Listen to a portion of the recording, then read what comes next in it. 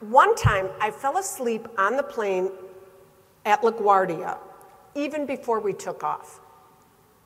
Unbeknownst to me, we never did take off. We stayed on the tarmac. And then they decided the plane, for whatever reason, couldn't fly. They took us back to the gate and announced we were getting off. I got up to get off. I thought I was in Chicago.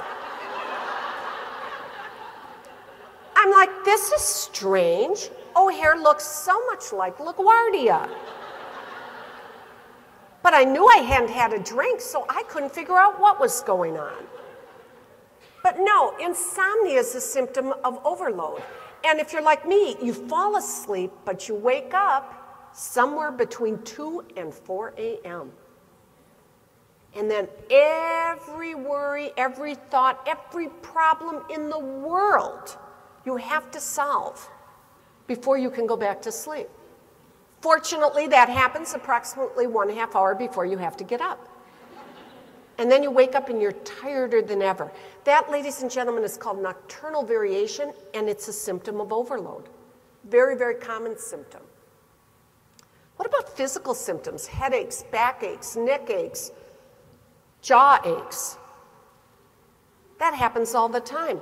A few years ago, we went to go pick up my son at college at Eau Claire. And if you're familiar with Wisconsin, from Milwaukee to Eau Claire is about 3.5 hours. And as we pulled out of Milwaukee, it started to snow. By the time we got to Madison, it was really coming down. And by the time we got up to Mauston, it was a blizzard. Now, those of you that are married know that driving in a blizzard with your spouse is not a marriage builder. I mean, we're arguing and cars are going off the road and things are really getting awful. We saw trucks jackknife, and all of a sudden, we go past where a car had gone off the road and flipped 3 times, and the headlights were shining through the snow. My husband said, we have to stop. There could be somebody in that car.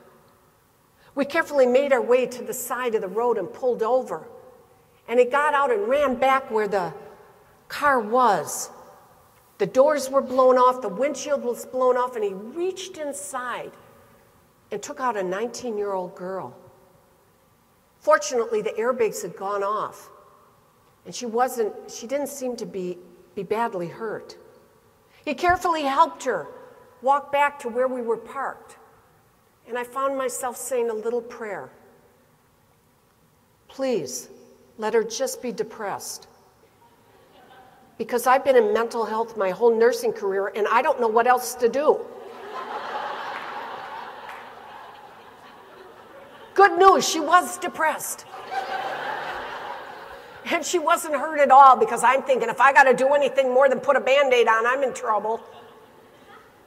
But the reason I tell you this story is because when we finally got up to Eau Claire to pick up my son, my neck was so stiff I could hardly move my head.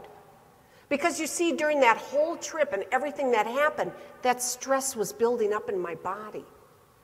It's not necessarily something you can control. It takes a toll on your body, even if you believe you're managing it well.